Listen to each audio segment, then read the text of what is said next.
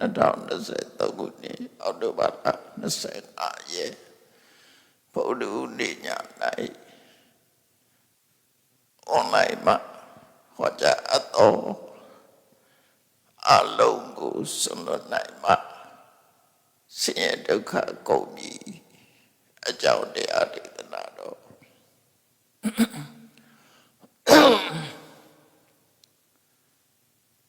ရသော်ပြာက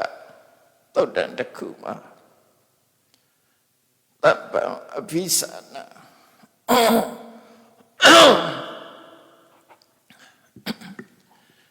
အလုံးကိုသိရမယ်တပ္ပံအဘိသနာအလုံးကိုသိရမယ်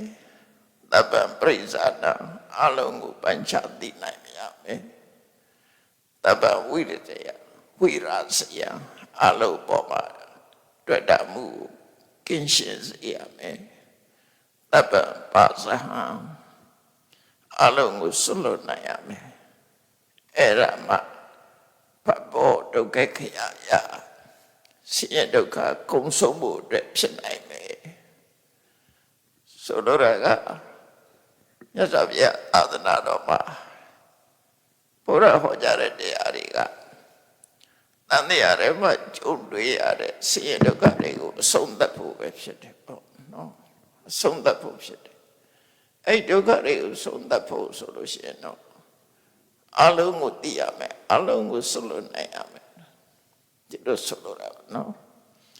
အလုံးကိုမစွန့်လွတ်နိုင်သေးဘူးဆိုရင်ဒုက္ခကုန်မှုမရသေးဘူးအဲ့တော့ဒီနေရာမှာဒုက္ခဆိုတာဘာကိုပြောတာလဲဆိုသင်္ခါရတရားတွေကိုပြောတယ်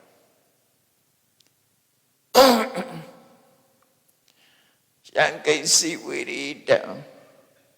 သဗ္ဗတမေသဗ္ဗဒုက္ခဝိရိတခံစားချက်အလုံးဟာဒုက္ခတနည်းအားဖြင့်ပြောမယ်ဆိုရင်သဗ္ဗေသင်္ခါရဒုက္ခတန်တရားထဲမှာရှိတဲ့သင်္ခါရတရားတွေမှန်သမျှဒုက္ခပဲဒုက္ခသစ္စာ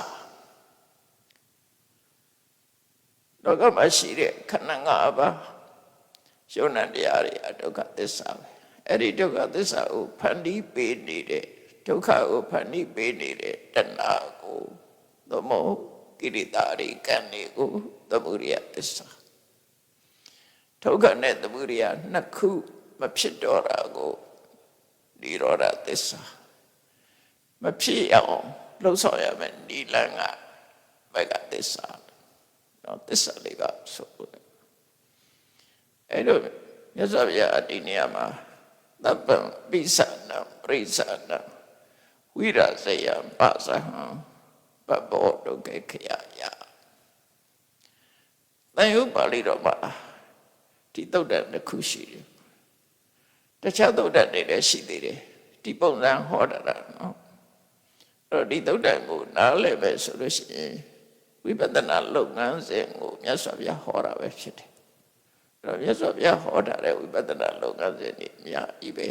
သုတ်တန်နေတယ်မှာရှုမှတ်ရမယ့်တရားတွေကလည်းပဲအကုန်လုံးတိတိကျကျဟောကြားထားတာဖြစ်တယ်အဲ့တော့တပ္ပံပိသနာအလုံးကိုအမှန်ကန်သိရမယ်တပ္ပံပရိစ္ဆာနာအလုံးကိုပိုင်းခြားသိရမယ်တပ္ပံဝိရာဇယအလုံးပေါ်မှာတွေ့တာမှုပြတ်ဆဲရမယ်တပ္ပံပိသအဘိပါဇဟံအလုံးကိုဆိုလို့နိုင်ရမယ်ဓမ္မတာပဘောဒုက္ခခရယဒုက္ခကုန်ဆုံးမှဖြစ်နိုင်တယ်လို့ဆိုလို့ပေါ့နော်အဲ့တော့ဒါတွေမသိသေးသမျှမစွန့်လွတ်နိုင်သေးသမျှဒုက္ခကုန်ဆုံးတဲ့ဒုက္ခនិရောဓဒုက္ခခရဆိုတာဒုက္ခនិရောဓပဲဒုက္ခនិရောဓဆိုတာနိဗ္ဗာန်ပဲလေဆိုလိုတာကနိဗ္ဗာန်ရောက်ချင်ဒါရိစွန့်လို့ရမယ်လို့ပြောတာလူတွေကတမအပြင်သာဘုန်းကြီးတို့တွေဣရမေပုံညာနိဗ္ဗာန်တပစ္စယောလို့နိဗ္ဗာန်ရဲ့ထောက်ကူဖြစ်ပါစေလို့ဆုတောင်းနေကြတာဖြစ်တော့လည်းပဲနိဗ္ဗာန်ရဲ့သဘာဝကိုသိဖို့လိုတယ်ပေါ့ဒုက္ခကုန်ဆုံးသွားတာနိဗ္ဗာန်ပဲသစ္စာလေးပါးနဲ့ပြောလို့ရှိရင် တန်တရားထဲမှာဒုက္ခထိုဒုက္ခကိုဖြစ်စေတဲ့အကြောင်းတရားကဒုက္ခသမုဒယအဲ့ဒီနှစ်ခုနဲ့ပဲနေကြတာဒုက္ခနဲ့ဒုက္ခသမုဒယနဲ့နေကြတာဒါကြောင့်ဒါကိုပဝတ္တိသစ္စာလို့ခေါ်တယ်တန်တရားထဲမှာဖြစ်နေတဲ့သစ္စာလူတိုင်းဟာဘာရတာတော့ဆိုဒုက္ခရတာယုံနာရတာဒုက္ခရတာဘဝရတာဒုက္ခရတာသူစင်ပြေနေတဲ့အခါကျတော့ဒုက္ခလို့မထင်ဘူးလေသူကသို့တော့ဒုက္ခဆိုတဲ့သဘောတရားဟာလူတွေကပြောဖို့ပြောနေရအပြိုးဆုံးရှိတယ်နော်မကောင်းတာလုပ်ပြီးပြောတာများတယ်ကောင်းတာလုပ်တဲ့လူလည်းမပြောရဘူးလားဥပမာပရာဟိတတွေလုပ်တယ်ပြောနေကြတယ်ရှိတ်သားတွေသွားတယ်တရားစခန်းတွေဝင်တယ်မပြောကြဘူးလားပြောတယ်တရားပွဲတွေသွားနာတယ်တရားနာတယ်မပြောဘူးလားပြောတာပဲဒိတာတွေလေပြောတဲ့စိတ်တော့ရှိတာပေါ့ပြင်းပဲလုပ်နေစိတ်ကြည်နတ်နေတယ်ပြောရဲဆိုတာစိတ်ချမ်းသာမှုရနေတာပဲစင်ပြေနေတာအဲ့တော့မြတ်စွာဘုရားတတိပေးတာကကာမဂုဏ်အာယုန်နေနဲ့မပြောဖို့ပဲတတိပေးတာကာမဂုဏ်အာယုန်နေနဲ့ပြောလို့ရှိရင်ကိလေသာတွေလွှမ်းမိုးမှုခံရမယ်ကိလေသာလွှမ်းမိုးထားတဲ့စိတ်ဟာဘယ်တော့မှအမှန်ကမသိတော့ကိလေသာတွေရဲ့ချုပ်ကိုက်မှုအောက်ရောက်သွားတဲ့ပုဂ္ဂိုလ်ရဲ့စိတ်ဟာအသိဉာဏ်ကင်းမဲ့သွားတယ်အသိဉာဏ်ကင်းမဲ့သွားသည့်အတွက်ကြောင့်သူလုံးသမျှအလုပ်တွေဟာကုသိုလ်ဆိုတာပဲဖြစ်တော့အကုသိုလ်တွေများလာအကုသိုလ်တွေပဲဖြစ်လာအဲ့ဒါကဆိုကြပေးတာနော်အကုသိုလ်ဖြစ်မှာဖြစ်မဲ့လမ်းကိုရောက်သွားနိုင်တယ်ဒါကြောင့်မလို့အကုသိုလ်နဲ့မပြောမိအောင်မြတ်စွာဘုရားအတ္တိပေးတာပဲဖြစ်တယ်တတိဝတ္တကတတိကိုလွတ်မထားနဲ့ကိုယ်ဘဝအခြေအနေကိုယ်ကိုသိနေအကုသိုလ်နဲ့မပြောနဲ့ကုသိုလ်နဲ့ပြောလို့ရတယ်စိတ်ကောင်းနှလုံးကောင်းနဲ့ကောင်းတဲ့အလုပ်တွေကိုပြောလုပ်ပြီးတော့ပြောနေကြတယ်လူတွေသူတို့လည်းပြောတာပဲလေအဲ့တော့စိတ်ချမ်းသာမှုရတာကိုပြောတာလို့ခေါ်တာပဲအဲ့ဒီမှာအဲ့ဒါကိုရွေးချယ်ပြီးတော့တတိနဲ့နေပြီးတော့ပြောတာဟိုစိတ်ညစ်နေတာကိုပြောတာမဟုတ်ဘူးနော်လူတိုင်းဟာစိတ်ညစ်တယ်ဆိုတာရှိမယ်ခဏပဲလေပြီးရင်တော့တစ်ခုနဲ့တော့ပြောအောင်အဲ့တော့ဓမ္မရတိလို့ခေါ်တဲ့တရားနဲ့ပြောမွေးမှုကာမရတိဆိုတဲ့ကာမဂုဏ်အာယုန်တွေနဲ့ပြောမှုအဲ့ဒီပြောမှုနှစ်ခုတည်းပဲတပ္ပရတံရတိဓမ္မရတိစိနာတိဓမ္မရတိဆိုတဲ့တရားနဲ့ပြောမှုကပြောမှုအလုံးကိုလွှမ်းခြုံနိုင်ယူနိုင်တယ်လို့ဆိုတယ်။ဘာလို့လဲဆိုပြစ်ကင်းတာနော်ထာဝရပြောနိုင်သွားတယ်။ကျန်တဲ့ကာမဂုဏ်အာယုန်နေနဲ့ပြောတာကစိတ်ညစ်စရာပါလာတယ်နောက်ကပြောပြီးတော့စိတ်ညစ်စရာပါလာတယ်။ဥပမာဖဲရိုက်ပြီးတော့ပြောတယ်အရက်တောက်ပြီးတော့ပြောတယ်မကောင်းတဲ့ဒုစရိုက်တွေနဲ့ပြောတယ်ပြီးရင်နောက်ကပြဿနာတက်ဖဲရိုက်လို့ဖဲနိုင်တာပြောတယ်ဖဲရှုံးပြီဆိုရင်ဖဲနိုင်တယ်ဆိုတဲ့ကမှာရှုံးတဲ့ကောင်ကဒုက္ခပေးတတ်တယ်နော်အပြောကြီးမရနိုင်ဘူးသူကတော့ဖဲဆိုင်ရှုံးတဲ့လဲကြတော့လဲဆင်းရဲဒုက္ခကြောင့်အရက်တောက်တယ်တောက်တော့ပြောကြတယ်ရံဖြစ်ကြတယ်ကွဲကြပြဲကြသူတတ်မှုတွေဖြစ်သူတို့ပြောရွှင်မှုတကယ်ပြောရွှင်မှုအစစ်မဟုတ်ဘူးခိတ္တကနာတွေပဲပြောတယ်အဲ့ဒါမျိုးနဲ့မပြောဘူးပဲလို့တယ်ပေါ့မြတ်စွာဘုရားဟောတာ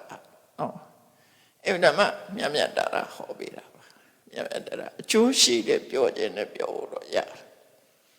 အဲ့ဒါတွေကဒီတတိထားရမယ့်အချက်တွေပေါ့နော်အဲ့လိုဆိုလိုတာပေါ့အဲ့တော့လောကမှာအမှန်တရားကိုသိပြီးတော့ဘဝမှာကိုရထားတာကဒုက္ခဘာကြောင့်ရတာလဲဆိုရင်ကိလေသာကြောင့်ရတာအဲ့ဒါကိုပဲအမှန်တရားအကြောင်းနဲ့အကျိုးဒုက္ခသစ္စာသမုဒယသစ္စာလို့ပြောတယ်ဒါတို့ဘောက်ခေါ်လိုက်တာအရှိတိုင်းပြောရင်ဒုက္ခသမုဒယဒုက္ခဆိုတာကျင့်စရာမကောင်းတဲ့ဘဝဒုက္ခသမုဒယဆိုတာအဲ့ကျင့်စရာမကောင်းတဲ့အခြေအနေတစ်ခုကိုရထားတာ သောမဒုက္ခဆိုတာသင်္ခါရတရားတွေကိုရထားတာလောကီသင်္ခါရတရားတွေကိုရဒုက္ခသမုဒယဆိုတာအဲ့ဒီသင်္ခါရတရားသင်္ခါရတရားဆိုတာခန္ဓာ၅ပါးပဲယုံနဲ့နှစ်ပါးပဲအဲ့တော့ယုံနဲ့နှစ်ပါးဒုက္ခအဲ့ဒီဒုက္ခရထားတာကိလေသာကြောင့်ရတာအဲ့ဒီမဲ့အဓိကတဏှာဆိုပြီးတော့ဒုက္ခသမုဒယအဲ့ဒီနှစ်ခုနဲ့နေကြအဲ့တော့ဒုက္ခကိုဖယ်ရမှာလားသမုဒယကိုဖယ်ရမှာလားလို့ဆိုမြတ်စွာဘုရားကတပည့်တော်ကြတရားဟောတော့ငရေရှင်းထားတာနော်ဒုက္ခချုပ်အောင်မလုပ်ရမလဲဒုက္ခនិရောဓကိုရခြင်းမလုပ်ရမလဲလို့မြတ်စွာဘုရားဟောတော့ယောတတ္တယေဝတတ္တယအတိတဝိရာကိုသာကောပတိနေတဲ့ကောမုဒ္ဒိနာဒုက္ခကိုဖြစ်ပေါ်စေတဲ့တဏှာကိုပယ်ပါလို့ပြောလိုက်တာအကြောင်းတရားကိုတတ်မှအကျိုးရရတယ်နော်ယောဂပြောက်ခြင်းယောဂဖြစ်ခြင်းအကြောင်းကိုပဲရှားရမှာဖြစ်တယ်ရှားပြီးတော့ယောဂဖြစ်စေတဲ့အကြောင်းကိုပဲရှားမှယောဂဆက်ပြောက်တယ်အဲ့လိုဆိုလို့ပေါ့နော်အကြောင်းကိုပဲဖယ်ရှားတာအကြောင်းကိုဖယ်ရှားလိုက်ရင်အကျိုးကလို့အကြောင်းနဲ့အကျိုးဆိုတာတွဲဖက်တာပဲအမြဲတမ်းအဲတွဲဖက်နေတဲ့နေရာမှာဥပမာတပည့်ကြီးတွေကအရေးထိုးနေတယ်နေဘူးမရဘူးအဲ့ဒီအရေးကိုမလို့ခြင်းဘူးတပည့်မလဲပဲနဲ့အရေးကတော့ရှိနေမှာပဲနော်တပည့်ခေါ်လိုက်ပါအရေးကပြောင်းအရေးမလို့ခြင်းဘူးတပည့်တော့လို့ခြင်းလဲဆိုမရဘူးအဲ့တော့တပည့်ကထိုးနေတဲ့အရေးဆိုဒီတပည့်ကိုပဲခေါ်ရဖြစ်တယ်အဲ့တော့ပဲပေါ့နော်ဒုက္ခကိုပေးနေတဲ့ကိလေသာသမုဒယအကြောင်းတရားတွေကိုဖယ်ရှားလိုက်ပါဒုက္ခဆိုငြိမ်းသွားတယ်အဲ့ဒီဒုက္ခငြိမ်းတဲ့အနေထားတစ်ခုကိုဒုက္ခនិရောဓလို့ခေါ်တာအဲ့ဒီဒုက္ခនិရောဓရောက်ဖို့နိလန်ကတော့ဒုက္ခនិရောဓကပိဋိပฏิပဒါဆိုတဲ့ကျင့်စဉ်တစ်ခုပဲအခုဒီသုတ်တန်ဟောတာမြတ်စွာဘုရားအဲ့ဒီကျင့်စဉ်ကိုဟောတာနော်ဘယ်လိုပဲဖြစ်ဖြစ်ဒုက္ခခရလို့ခေါ်တဲ့သင်္ခါရဒုက္ခတွေအလုံးကုန်ဆုံးတဲ့သို့မဟုတ်ဘဝမှာဘဝဒုက္ခဝတ္တဒုက္ခကိလေသာဒုက္ခဆိုလူမှာပြဿနာတွေကိုဖြစ်ပေါ်စေတတ်တဲ့ဒုက္ခမှန်သမျှကုန်ဆုံးဖို့အတွက်ကအလုံးရမလဲတပ္ပံအပိသနာအလုံးကိုသိအောင်ကြိုးစားတယ်တပ္ပံပရိသနာအလုံးကိုပိုင်းခြားသိအောင်ကြိုးစားလို့ဆိုစကလုံးလေးကကျဉ်းကျဉ်းလေးပဲအဘိဇာနာဆိုတာဘာကိုပြောတာလဲနော်အဘိဇာနာရဲ့အဓိပ္ပာယ်ကအဘိထူသောဉာဏ်ဖြင့်ဇာနာသိရမယ်အလုံးကိုထူသောဉာဏ်ဖြင့်သိရမယ်အဲ့ဒါဘာပြောတာတော့ဆိုဝိပဿနာတရားထုတ်တဲ့ကမှာညာတပရိညာဆိုတာရှိတယ်အဲ့ညာတပရိညာကိုပြောတာညာတပရိညာဆိုတာအလုံးဆိုတာရှုပ်တရားနံတရားဒီနေရာမှာအလုံးဆိုတာဒီအလုံးဆိုတဲ့စကားနဲ့ပတ်သက်ပြီးတော့သိရအလုံးဆိုတာဘာကိုပြောတာလဲတပ္ပဆိုတဲ့စကားလုံးကိုသုံးတယ်မြတ်စွာဘုရားတပ္ပအလုံးစုံအလုံးဆိုတာ၄မျိုးရှိတယ်တဲ့နော်အလုံးလို့ပြောတဲ့အခါမှာ၄မျိုးခွဲခြားနားလဲရမယ်ခွဲခြားနားလဲရမယ်၄မျိုးကဘာလို့ဆိုတပ္ပကိုနှစ်ထပ်ကွာပြောလိုက်တာတပ္ပအလုံးနဲ့အလုံးအကျဲဆုံးအလုံးအကျုံးမဝင်တာတခုမှမရှိဘူးအလုံး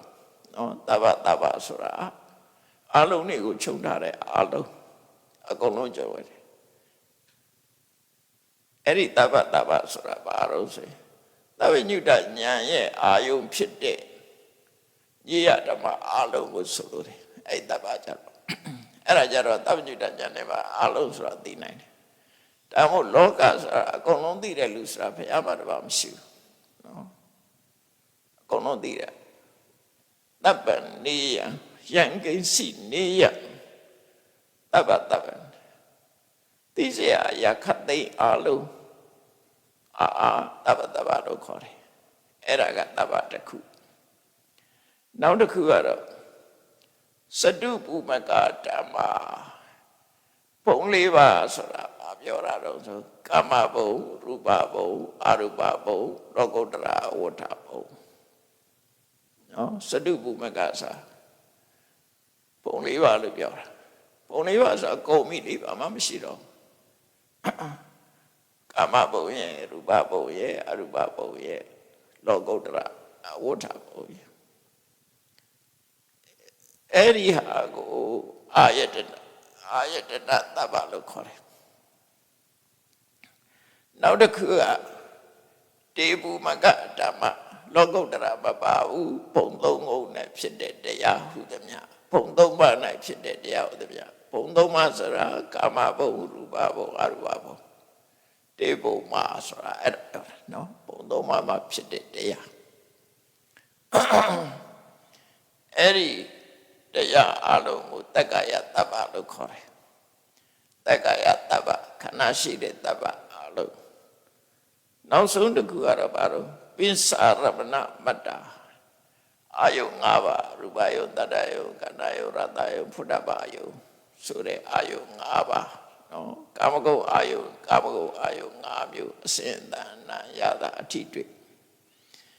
အဲ့ဒါကိုပဋိသတပ္ပလို့ခေါ်တယ်ပရိသဆိုတာအကုန်လုံးမဟုတ်ဘူးအစိပ်ပိုင်းတစ်ခုလို့ပြောတာနော်အဲ့လိုပြောတာအဲ့တော့မြတ်စွာဘုရားကဒေသနာတော်တွေမှာတပ္ပံလို့ပြောလိုက်လို့ရှိရင်ပဲတပ္ပလဲဒါရွေးချယ်ရမယ်နော်အခုဒီသုဒ္ဓမှာတပ္ပံလို့ပြောလိုက်တာဘာကိုပြောတာတော့ဆိုအမှန်ပုဂ္ဂိုလ်တရားအနေနဲ့အကုန်လုံးသိနိုင်လားလို့ဆိုအကုန်လုံးတော့မသိနိုင်ဘူးသိပြီးတော့အဓိကကတော့ကိလေသာပယ်ဖို့ပဲဒါတွေပေါ်မှာကိလေသာကုန်ရမယ်လို့ပြောတာနော်အကုန်လုံးအသေးစိတ်သိဖို့ဆိုတာတော့ဝိပဿနာကိုအလုံးရှုနိုင်တယ်ဆိုတာရှင်သာရိပုတ္တရာပဲရှုတာဒါရှင်သာရိပုတ္တရာတောင်ကြံနေသေးတယ်နော်ဒေဝတဉ္ဇနာတဉ္ဇနာကြတော့အနုပါဒနဲ့ရှုတာအနုပဒဝိပဿနာဆိုတာရှိတယ်ရှင်သာရိပုတ္တရာကျန်တဲ့ပုဂ္ဂိုလ်တွေကတစ်စိတ်တစ်ပိုင်းမဲ့ရှုပြီးတော့ကျန်တဲ့တွေကထိုနည်း၎င်းနဲ့ပါသွားတာအကုန်သိဘယ်မှသိကိလေသာလွတ်ဖို့ပဲအဓိကပဲဒီနေရာကသိပြီးတော့ကိလေသာပြုတ်သွားရင်နောက်တနေရာလည်းပြုတ်တာပဲနော်နောက်တနေရာလည်းပြုတ်တယ်အဲ့ဒါကြောင့်မလို့ဒီနေရာမှာရည်ညွှန်းတာမြတ်စွာဘုရားကတပ္ပံအဘိဇာနိတပ္ပံအာရဏဆိုတဲ့အလုံးစုံအာရဏတပ္ပကိုသိအောင်လုပ်ရမယ်အဲ့တော့သိအောင်လုပ်ရမယ်ဆိုတော့ဘယ်လိုသိတာတော့လို့ဆိုယတပရိညာအနေနဲ့သိရမယ်တရားသဘာဝအနေနဲ့တရားမဟုတ်ဘူးဓမ္မတတ္တဖြစ်တယ်ဆိုတာသိရမယ်အဲ့တော့ဘယ်ဟာတွေတော့လို့မေးလိုက်လို့ရှိရင်ကိုယ်တဏ္ဍမှာရှိနေတဲ့အရာတွေတော့လည်းပြောရင်မျက်စိနဲ့ပတ်သက်တာ၅ခုနားနဲ့ပတ်သက်တာ၅ခုနှာခေါင်းနဲ့ပတ်သက်တာ၅ခုလက်ရနဲ့ပတ်သက်ပြီးတော့၅ခုကိုယ်ကာယနဲ့ပတ်သက်တာ၅ခုမနဆိုတဲ့ဘဝင်စိတ်နဲ့ပတ်သက်တာ၅ခုအဲ့30ကိုပြောတာနော်အဲ့ဒါတွေကိုဒီနေရာမှာတပ္ပလို့ဆိုလို့တယ်ဒါတွေကလူတွေမှာမရှိဘူးလားဆိုရှိတယ်ကဲအဲ့တော့မျက်စိနဲ့ပတ်သက်ပြီးတော့၅ခုဆိုတာပါလေလူတိုင်းမျက်စိဆိုတာသိနေကြတယ်မျက်စိဆိုတာလောကဝါဒနဲ့ပြောလိုက်လို့ရှိရင်မျက်စိကြီးတစ်ခုလုံးကိုဒီနေရာမှာစက္ခုလို့ဆိုလိုက်လို့ရှိရင်မျက်စိကြီးတစ်ခုလုံးကိုဆိုလိုတာတဲ့ကញ្ញံဖြစ်တတ်တဲ့စက္ခုပတာရမျက်စိအကြည့်တက်ကလေးကိုဆိုလိုတယ်ပေါ့ဒါပေမဲ့ဒီအကြည့်တက်လေးကသူ့ထီးနေလို့မရဘူးကျန်တာတွေနဲ့ရောနေတာရောနေတာခွဲခြားလို့မရတော့အောင်ရောနေတာတွဲနေတာအဲ့ကြောင့်မို့လို့အဓိကကတော့အကြည့်တက်ကိုဥဆောင်ပြီးပြောပြမယ်လို့အလုံးရောထားတဲ့အရာတစ်ခုမျက်စိရှိတယ်အဲ့ဒီမှာမျက်စိမှာလာပြီးတော့ထင်ဟပ်တဲ့အဆင့်အာယုံရှိတယ်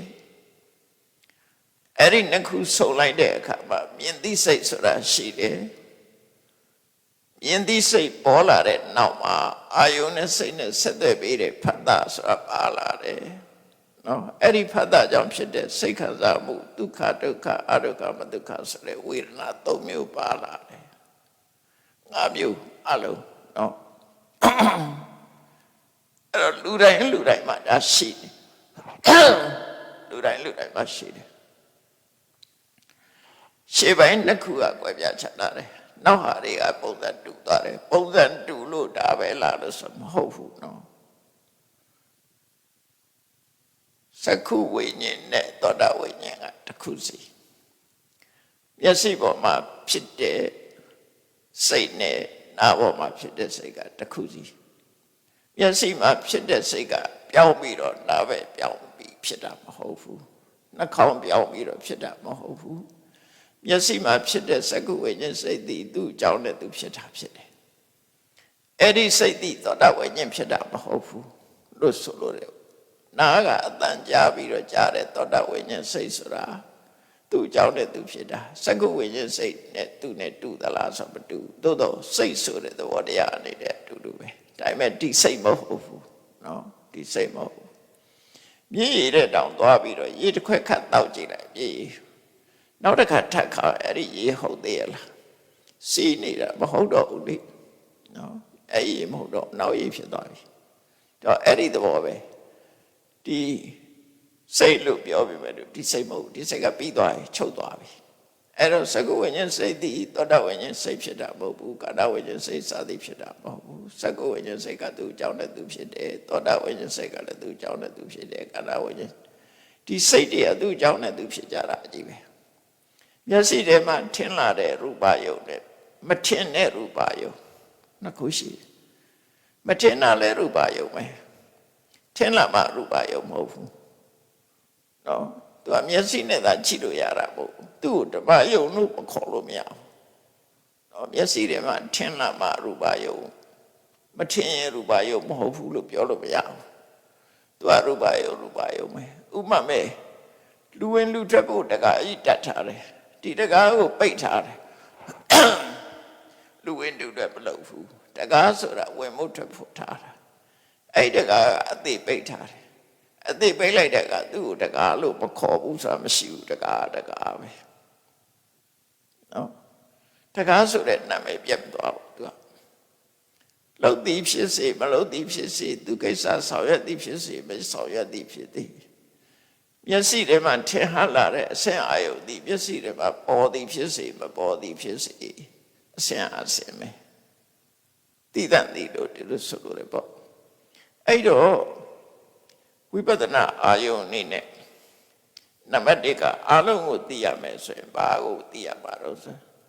မျက်လုံးကိုသိရမယ်မျက်လုံးထဲမှာထင်ဟလာတဲ့အဆင့်အာယုကိုလည်းသိရမယ်နော်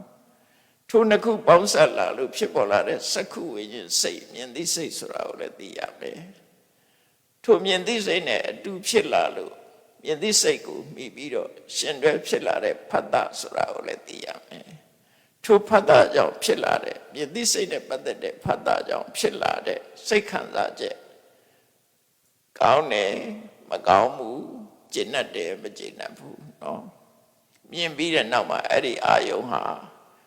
ကိုယ်စိတ်ထဲမှာကျဉ်တ်တယ်မကျဉ်တ်ဘူးကိုယ်မှာအစင်ပြေတယ်မပြေဘူး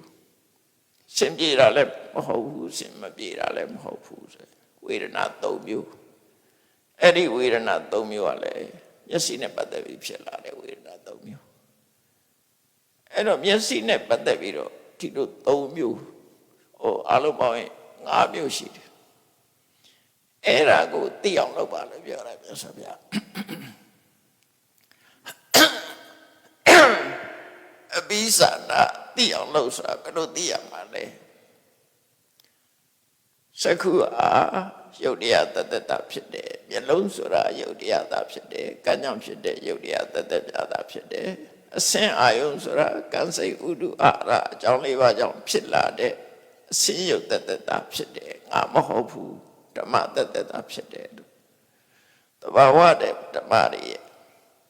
သဘောကိုသိတာအဲ့ဒါကိုညာတပရိညာလို့ခေါ်တယ်သူ့သဘာဝအတိုင်းသိရမယ်သိလိုက်သိတဲ့ကြောင့်ငါမဟုတ်ဘူးတတ္တဝမဟုတ်ဘူးငါဟာလည်းမဟုတ်ဘူးနော်သဘာဝတရားတသက်များတာဖြစ်တယ်မျက်စိသည်သဘာဝတရားတသက်များတာဖြစ်တယ်ဘယ်သူကထုတ်လုပ်တာတော့ကံကထုတ်လုပ်တာဘယ်သူတွေကထောက်ပံ့ပေးတော့စိတ်တို့ဥဒုတို့အာရတို့ကထောက်ပံ့ပေးတာရုပ်တရားရဲ့အကြောင်း၅မျိုးပြထားတယ်။ဘာတွေတော့ဆိုအဝိဇ္ဇာရဲ့တဏှာရဲ့ဥပါဒာရဲ့ကံရဲ့အာဟာရရဲ့ရုပ်တရားရဲ့အကြောင်းကို၅မျိုးပြ။အဝိဇ္ဇာတဏှာဆိုတာကအဝိဇ္ဇာတဏှာဥပါဒာအဲ့ဒီသုံးခုကကံကိုဖြစ်စေတဲ့အကြောင်းတရားတွေ။အဲ့ဒီအဝိဇ္ဇာဆိုတဲ့အမှန်မသိမှုနော်တဏှာဆိုတဲ့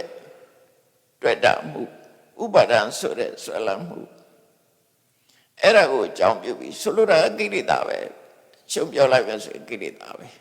အဝိဇ္ဇာလည်းကိလေသာပဲတဏှာလည်းကိလေသာပဲဥပါဒံလည်းကိလေသာပဲဥပါဒံကြတော့တဏှာနဲ့ဒိဋ္ဌိနှစ်ခုအဲ့ဒီကိလေသာကိုကိလေသာကြောင့်ကောင်းမှုမကောင်းမှုတွေကိုလုပ်တယ်အဲ့ဒါကံနော်အကယ်၍အဝိဇ္ဇာတဏှာဥပါဒံမရှိဘူးဆိုရင်ကံမဖြစ်ဘူးသူတို့ကြောင့်ကံဖြစ်တာဒါကြောင့်မို့သူတို့အကြောင်းနဲ့ထည့်ထားတာနော်ကံကိုဖြစ်စေတဲ့အကြောင်းတရားတွေအဲ့ဒါရဲ့ကံကြောင့်မျက်စိရတာနော်ကံမကောင်းကြောင့်မလာတဲ့ပုဂ္ဂိုလ်တွေကမွေးတယ်မျက်စိပါမလားတတိကံလို့ခေါ်တာပေါ့မိခင်ဝါနဲ့မှာကံလာတာရှိတယ်အဲ့တော့စက္ခုကိုဖန်နေပေးတာကကိုဖန်နေတာလည်းမဟုတ်ဘူးကိုအမေကဖန်နေတာလည်းမဟုတ်ဘူးကိုဖေကဖန်နေပေးတာလည်းမဟုတ်ဘူးကံတရားကဖန်နေပေးတာဖြစ်တော့မျက်လုံးဟာငါလည်းမဟုတ်ဘူးငါဟာလည်းမဟုတ်ဘူးအကြောင်းတရားတိုက်ဆိုင်ပြီးတော့သူဖြစ်လာတာဖြစ်တယ်သင်္ခါရတရားတသက်မြာတာဖြစ်တယ်လို့သဘာဝတရားတသက်ကိုသိတာယတပရိညာပဲပထမအဲ့ဒီသိရနောက်အစင်းအာယုံဆိုတာဟာမျက်စိထဲမှာလာပြီးတော့ပေါ်တတ်တဲ့အရာမျက်စိကိုမိပြုပြီးတော့ဖြစ်တဲ့စိတ်နဲ့သာသိနိုင်တယ်နားနဲ့မမြင်အောင်အစင်းအာယုံကိုနားနဲ့သိလို့မရဘူးနော်နားမှာမိပြီးတော့ဖြစ်တဲ့စိတ်ကအစင်းအာယုံကိုမသိဘူးအစင်းအာယုံကိုသိတာဟာမျက်စိကိုမိပြီးတော့ဖြစ်တဲ့စိတ်ကပါသိတယ်ဒါကြောင့်မို့မျက်စိမှာသာထင်ဟလာနိုင်တယ်နားမှာသွားမထင်ဟနိုင်ဘူးအဲ့တော့ရူပဆိုတဲ့အစင်းရုပ်ဟာမျက်စိတွေမှာမြင်တဲ့ကာလာတို့ဖုံးတို့ပေါ့အဲ့ဒီအစင်းရုပ်ဟာကံစိတ်ဥဒ္ဒဝါဒအကြောင်းလေးပြောကြောင့်ဖြစ်တာဖြစ်တယ်အဲ့ဒါလည်းပဲသူ့အကြောင်းနဲ့သူဖြစ်တာငါလည်းမဟုတ်ဘူးငါလည်းမဟုတ်ဘူးလို့သိတယ်မျက်စိမှာသာပေါ်လာလို့မျက်စိနဲ့သာသိနိုင်တဲ့ရုပ်တစ်မျိုးပဲဟောတာသူတို့နှစ်ခုသိသူတို့နှစ်ခုကိုအမိပြုပြီးတော့နောက်ထပ်ပေါ်လာတဲ့တရားသူတို့မြင်သိစိတ်ကိုစက္ခုဝိညာဉ်လို့ခေါ်တယ်။ဘာကြောင့်စက္ခုဝိညာဉ်လို့ခေါ်တာတော့ဆိုမျက်စိကိုမှီပြီးတော့မျက်စိကထွက်လာသလိုမျက်စိတွေကထွက်လာတဲ့သဘောနဲ့ဖြစ်လာတာ။မှန်တော့ထွက်လာတာမဟုတ်။စီတီးလို့ရှိရင်စီတန်ကြားတယ်။ကြားတဲ့အခါအဲ့ဒီတန်ကစီရဲထွက်လာတာလားဆိုမဟုတ်ဘူး။နော်စီရဲထွက်လာတာမဟုတ်ဘူး။စီတီးတဲ့ဒုက္ခထွက်တာလည်းမဟုတ်ဘူး။အပြင်မှာရှိနေတာလည်းမဟုတ်ဘူးစီထဲမှာတူလောင်ထားလို့ထိလိုက်တဲ့ကမြည်လာတာလားအဲ့ဒီလိုလည်းမဟုတ်ဘူးရှိမနေဘူးလို့ဆိုလို့တယ်ပေါ့မျက်စိထဲမှာမိပြုတဲ့မျက်စိကိုမိပြုပြီးတော့ဖြစ်ပေါ်လာတဲ့စက္ကဝေကျစိတ်သည်မဖြစ်ခင်ကမျက်စိထဲမှာသူတဏှာရမှာရှိနေသလားမရှိဘူးရှိနေတာမဟုတ်ဘူးအကြောင်းကြောင့်ပေါ်လာတာအဲ့ဒါကိုစိတ်ထဲမှာမရှင်းဘူးဆိုရင်မိချစ်ဖူးနဲ့ကြည့်မိချစ်နဲ့ကြည့်လိုက်gas မိချစ်လေးကိုကြည့်လိုက်gas မိချစ်လေးတွေမှာမိရှိလားလူတွေအဲ့ထောင်နဲ့ထည့်သွားကြတာပဲလေအဲ့ထောင်နဲ့ထည့်သွားပြီးတော့ secret တောက်ချင်တယ်ဆိုလို့ရှိရင်အဲ့ဒီမိချစ်လေးထုတ်ပြီးတော့ချစ်ကြမိဖြစ်မလားအဲ့တော့မချစ်ခင်ကမိရှိနေလားအဲ့တဲ့မရှိဘူးเนาะဖိပြီးတော့လက်နဲ့ချစ်လိုက်တဲ့အခါမှာမိတော့ကလေးဖြစ်လာတာသို့တော့မိဖြစ်နိုင်တဲ့အနေအထားတွေအဲ့ဒါမှရှိတယ်နောက်ထပ်အကြောင်းတစ်ခုပေါင်းစပ်လိုက်တာနဲ့ဖြစ်သွားတယ်နောက်ဥပမာတစ်ခုကြည့်တရက်စီ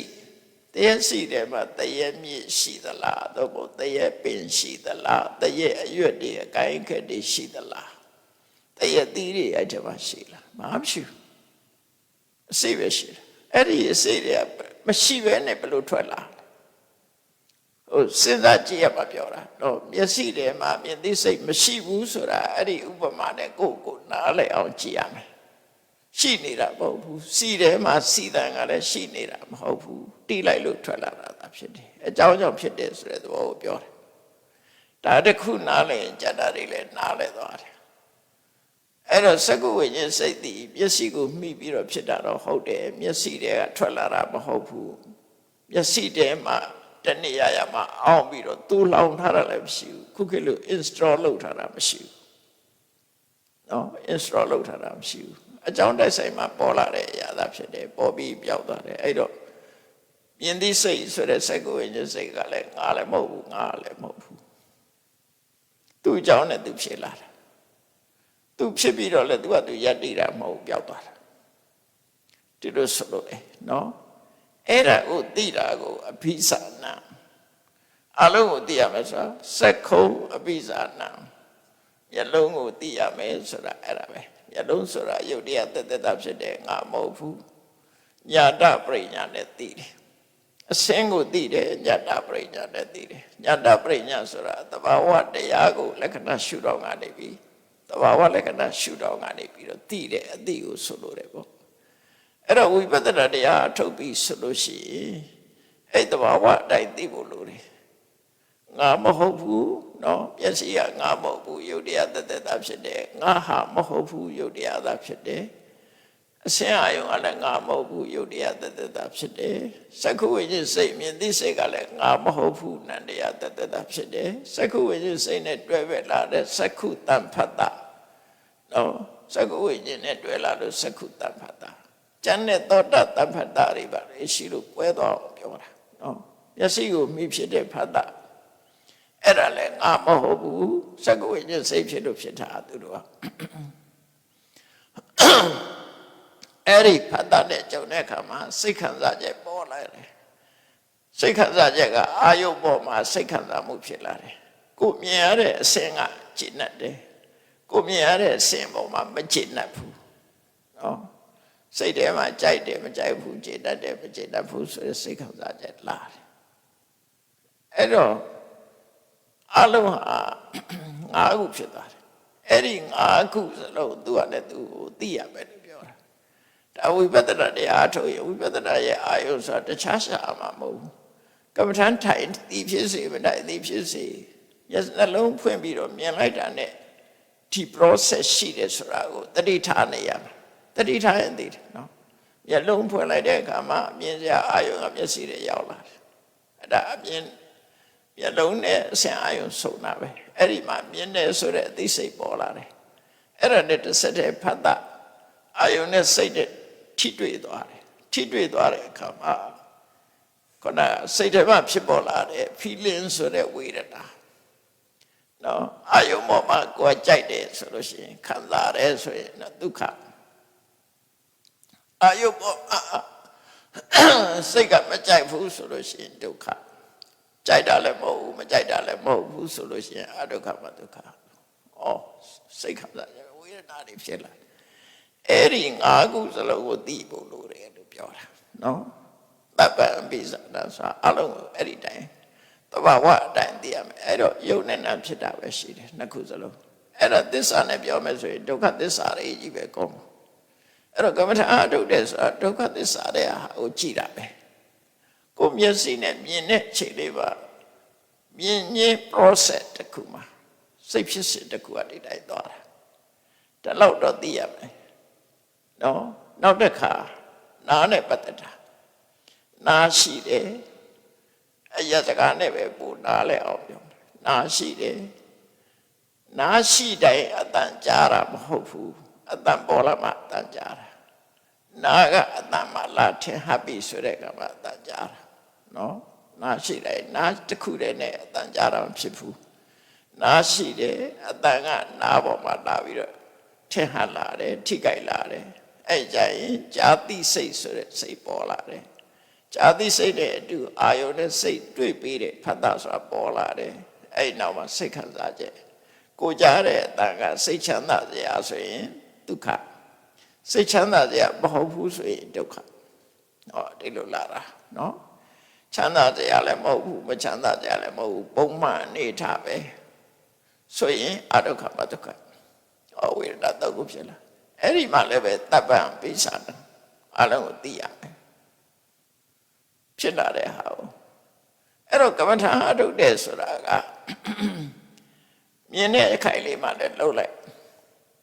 နားတဲ့မှာအတန်ကြားတဲ့အခိုင်လေးမှလည်းပဲ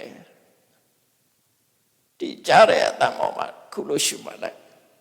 ဘယ်နှခုဖြစ်သွားလဲ9ခု5ခုဖြစ်သွားတယ်ဆိုတော့သိလိုက်အောင်နော်မျက်စိကြီးမိတ်ပြီးထိနေတဲ့ကဒါရှုဖို့ပြောတာမဟုတ်ဘူးမြင်တဲ့အချိန်မှာရှုအောင်မြင်လိုက်တဲ့အချိန်မှာအဲ့ဒီ process နဲ့သွားတာ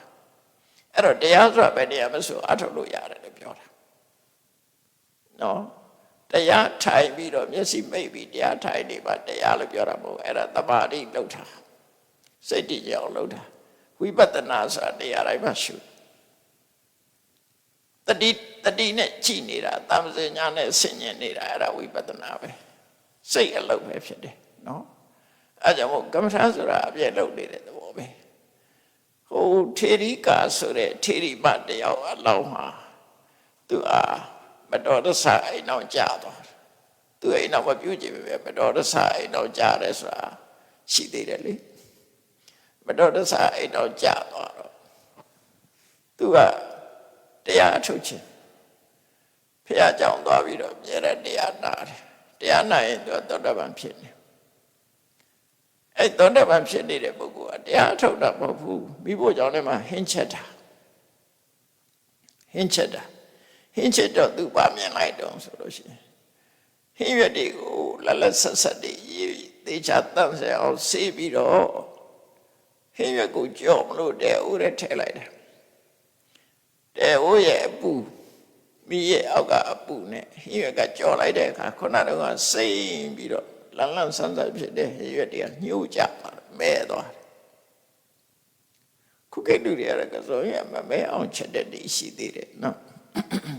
အစိမ့်လေးဖြစ်နေအောင်ချက်တဲ့ဒီရှိအဲ့တော့သူကအဲ့လိုဟင်းရွက်တွေကိုကြော်လိုက်တဲ့အခါမဲသွားတယ်အဲ့ဒါသူမြင်လိုက်တဲ့အခါကျတော့သူပါစဉ်းစားမိလို့ဆိုခုနကလန်းလန်းဆန်းဆန်းစိမ့်စုံနေတဲ့ဟင်းရွက်တွေကအခုမဲသွားငါခန္ဓာကိုယ်မှာရှိတဲ့ယုတ်တိလည်းဒီတိုင်းပဲဗဟိတကိုကြည့်ပြီးတော့အစ္ဆဒကိုပြန်တွေးလိုက်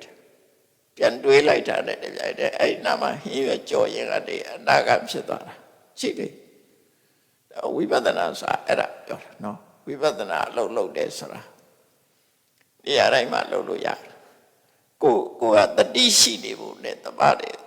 တမ္ပဇညာရှိနေဖို့တမာတိတတော့ကြည့်မလို့တမာတိအထုတ်တဲ့ဆိုတာအာယုန်တစ်ခုတည်းပေါ်မှာနေတာဝိပဿနာကအာယုန်တစ်ခုတည်းမှမဟုတ်ဘူးနော်အာယုန်တစ်ခုတည်းပေါ်မှာယက်ထားတာမဟုတ်ဘူးသို့တော့ကိုစဉ်းစားတဲ့အာယုန်ပေါ်မှာယက်တန်သွားတာလေတမာတိပဲကိုစဉ်းစားနေတဲ့ပေါ်မှာစိတ်ငြိမ်သွားတာလေတမာတိပဲ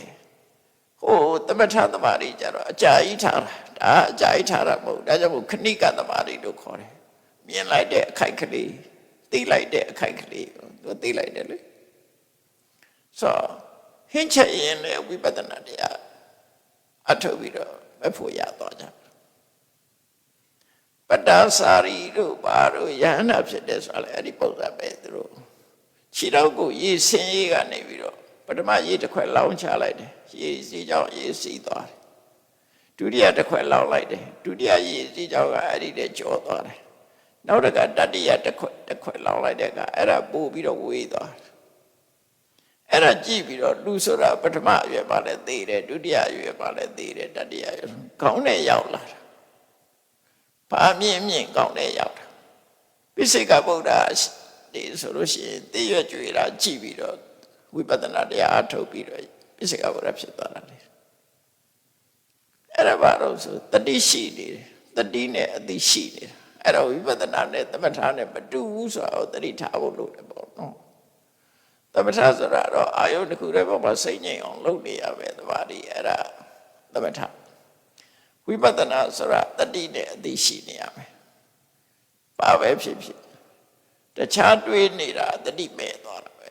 ကိုတကယ်ဖြစ်နေတာကိုသိနေဖို့လိုတယ်ပေါ့နော်အဲ့ဒါကိုဆိုလိုတာကိုခန္ဓာကိုယ်နဲ့အဝင်ခွင်ကြဖြစ်နေတဲ့အသိထိုင်နေရင်ထိုင်နေတာသိတယ်နော်ထိုင်နေတဲ့အချိန်မှာဖြစ်နေတာကိုသိတယ်လမ်းလျှောက်နေလမ်းလျှောက်နေတာကိုသိတယ်ဘာကြောင့်လမ်းလျှောက်မှုဖြစ်တယ်ဆိုတာသိတယ်လမ်းလျှောက်နေတာကိုတခြားတွေလျှောက်တွေးနေတာတတိလို့ပြောတာမဟုတ်ဘူး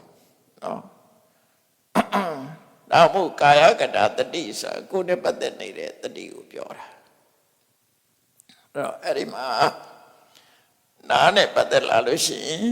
တော့မြင်တဲ့အခါမှာကြည့်လိုက်တဲ့အခါဟုတ်လေအတန်တစ်ခုကြားလိုက်ပြီဆိုလို့ရှိရင်နားဆိုတာသိတယ်အတန်ဆိုတာသိတယ်သိလိုက်တယ်နားနဲ့အတန်ဆုံလို့ဇာတိစိတ်ဖြစ်တယ်ဇာတိစိတ်ဖြစ်လို့ထိတွေ့မှုဖတ်တာဖြစ်တယ်အဲ့ဒီနာမှာနော်ဖတ်တာကိုအကြောင်းပြုပြီးတော့စိတ်ခံစားချက်ဖြစ်တယ်ဒါကနှာခေါင်းနဲ့အနံ့နှာခေါင်းရှိတယ်နှာခေါင်းနဲ့အနံ့ရောက်လာတယ်အများရန်ရောက်နေတာမဟုတ်ဘူးရောက်တဲ့အခါကြည့်ပေါ့တော့ရောက်တဲ့အခါမှာဖြစ်ခိုက်ကိုသိအောင်လုပ်လိုက်နှာခေါင်းထဲမှာအနံ့တစ်ခုရတယ်ပန်းနံ့ပဲဖြစ်ဖြစ်အပုပ်နံ့ပဲဖြစ်ဖြစ်ဟောနှာခေါင်းနဲ့အနံ့ဆုံလိုက်တဲ့အခါမှာအနံ့သိတဲ့စိတ်ဖြစ်လာတယ်ဖတ်တာဖြစ်လာတယ်ပြီးရင်ဝေဒနာဖြစ်လာတယ်နာလိုက်တာဆိုရင်ဒါဒုက္ခဝေဒနာပေါ့မှုေးလိုက်တာဆိုရင်ဒုက္ခဝေဒနာပေါ့ကိုကြိုက်လို့ရှင်ဟောအဲ့ဒီမှာလည်း၅ခု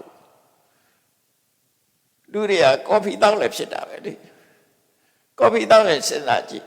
မနေ့ breakfast မှာကော်ဖီတောက်တယ်ဆိုတော့ကော်ဖီကြိုက်တဲ့လူတွေကကော်ဖီတောက်တယ်ကော်ဖီတောက်ရင်ပါရင်သိတော့ဆိုခုနအနံ့ရင်သိတယ်ပါစက်နဲ့တိတ်လိုက်တာနဲ့တပြိုင်တည်းကော်ဖီနံလေးကမှုေးလိုက်တာဆိုအဲဒုက္ခဝေဒနာဖြစ်သွားပြီကြားတဲ့ဟာတွေမသိလိုက်ဘူးနော်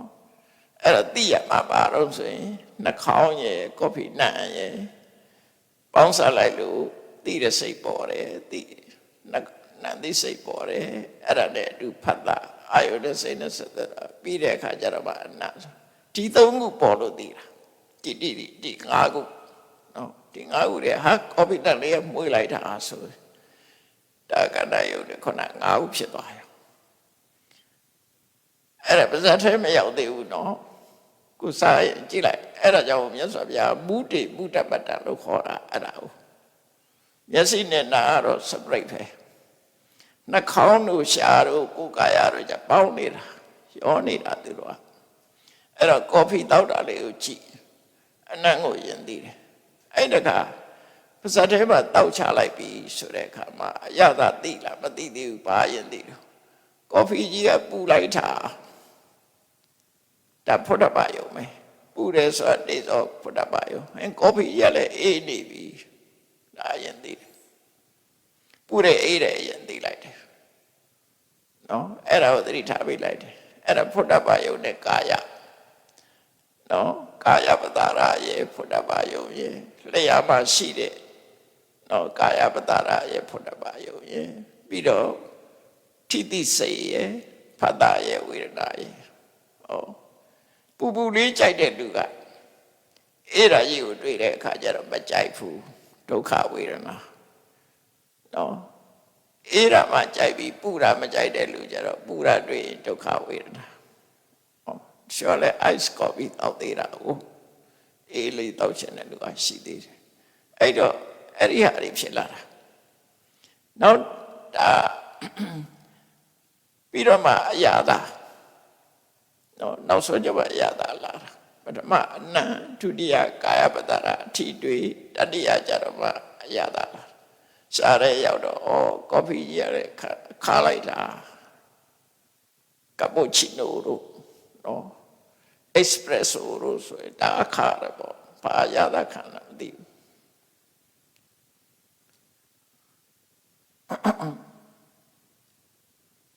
အဲ့ဒီကော်ဖီရဲ့အရာသာတွေ့ရင်ဟောရှားရဲ့အရာသာရဲ့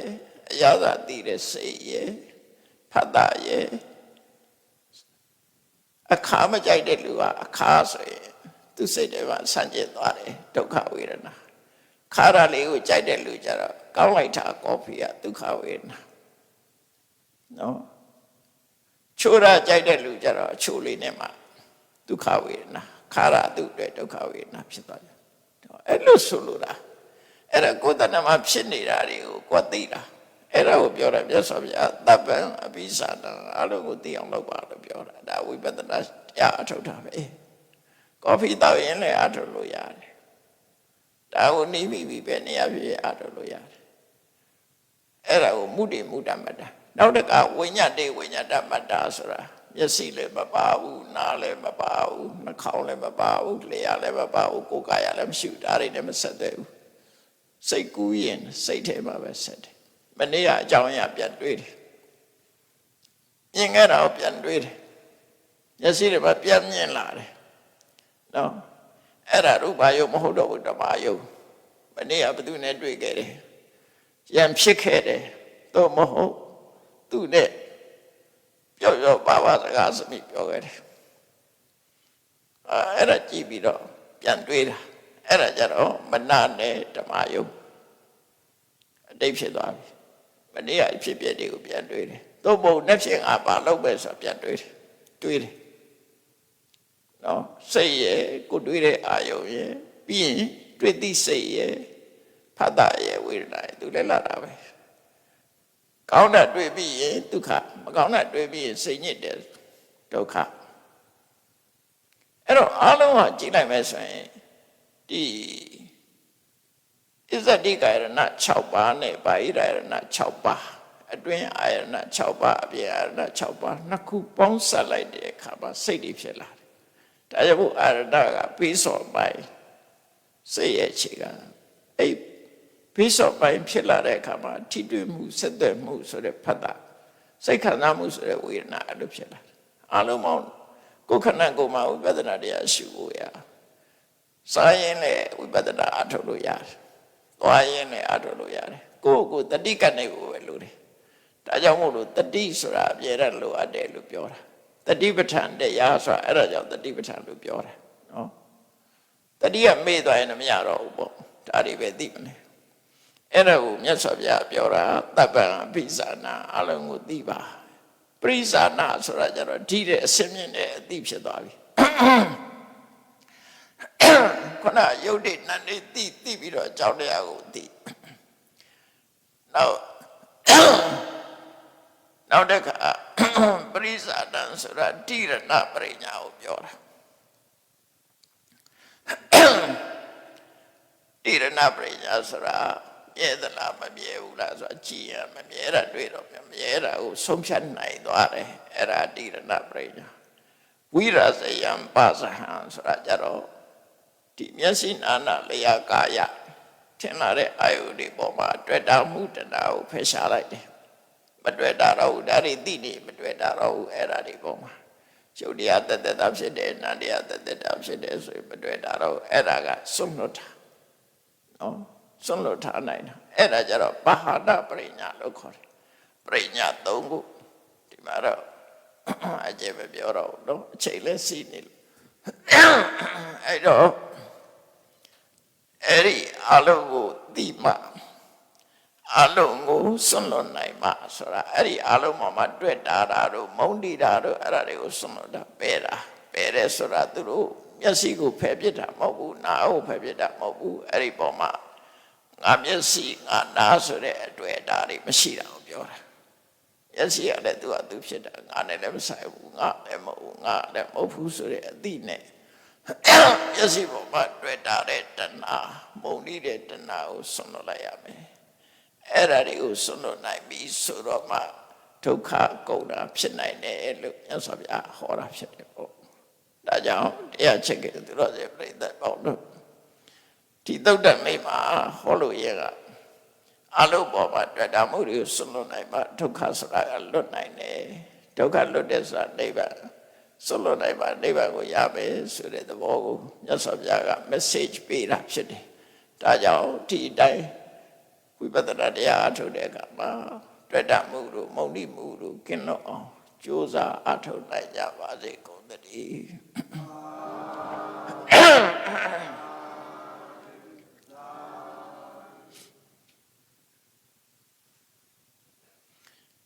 ရှိတဲ့ခြားရ လို့ဆိုပဲရှင်ဖေယဖရာတပည့်တော်တို့သည်ဓမ္မအတိညာရရှိမှသာလျှင်နိဗ္ဗာန်ချမ်းသာကိုရမောပြုနိုင်ပါသောကြောင့်ဓမ္မအတိညာရရှိစေရန်ရှိတန်ကြလျက်ဓမ္မတပင်ဆင်ကျင်ပါပြုလို့ကြ၍အမတဒါနဓမ္မဒါနတရားလူတော်ကိုပေးလူကြပါကုန်၏တရားတော်မြတ်ကိုရွတ်သိလေးမြတ်စွာမမတ်တာသာအာယုထားလျက်နာကြားကြပါကုန်၏တရားတော်မြတ်ကိုတတ္တဗဝတ္ထုအစုစုတို့ဖြင့်ပူဇော်ကြပါကုန်၏ယနေ့ယခုအထုပြုလို့ရသောဤကောင်းမှုဤကုသိုလ်စုစုသည်နိဗ္ဗာန်ချမ်းသာ၏အကြောင်းထောက်ပံ့ဖြစ်ပါစေတည်းဤကောင်းမှုဤဖို့ပါကကိုအမိအဖအဖို့အဖွာဆွေမျိုးညတိတို့အားကုသိုလ်အမြတ်ဝေငှပါကုန်၏အထူးအဖြင့်ကွယ်လွန်သူဆရာကြီးဦးစိတ်ဦးအားကုသိုလ်အမြတ်ဝေငှပါကုန်၏သာသနာတော်ဆောင်တဲ့လောကဆောင်တဲ့တို့အားကုသိုလ်အမြတ်ဝေငှပါကုန်၏31ဘုံကျင့်နေကုန်သောလုံးစုံများစွာတတ္တဝါတို့သည်ကုသိုလ်အမြတ်ကိုယ်စီရကြကုန်သည်ဖြစ်၍ကိုယ်စိတ်နှဖျားချမ်းသာကြသည်ဖြစ်ကြပါစေကုန်သတည်း